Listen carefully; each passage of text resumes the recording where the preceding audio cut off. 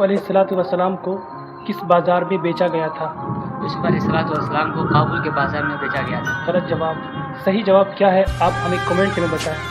السلام علیکم، میں ہوں محمد دانش۔ آج ہمارے 365واں دن کا تیسرا ایپیسوڈ ہے۔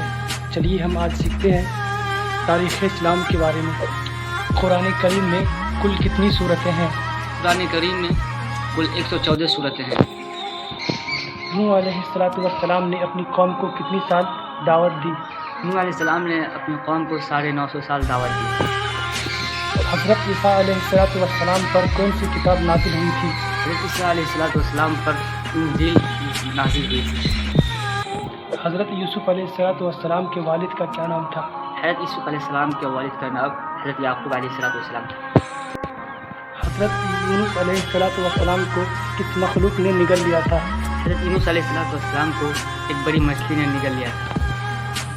حضرت آدم علیہ السلام کے زوجہ کا کیا نام تھا؟ حضرت آدم علیہ السلام کے زوجہ کا نام حوا تھا۔ قرآن کریم کی کس سورت کو قلب قرآن کہا جاتا ہے؟